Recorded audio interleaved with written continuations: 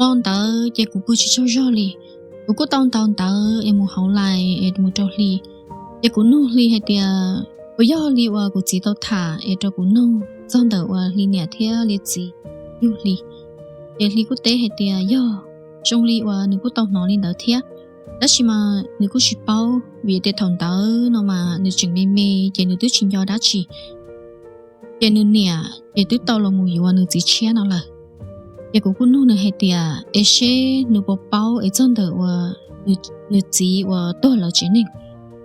Giờ nếu cũng hay tiệt nếu chỉ bao li, cụ thể li tiệt còn nếu muốn nô nè em sẽ nếu chỉ và tôi là em要sinh đó chỉ. Hậu ta kỳ em ta xuân đỡ, giờ li cũng hu hậu lại tôi cho cụ. Giờ nếu ở lúc họ mua mà li lia theo vùng em ở hình. Giờ nếu cũng có qua cho cụ. Còn đó, giờ cũng yên tôi sẽ càng cầu, cũng yên khen của tôi khen, em sẽ tao lên lời thiệt.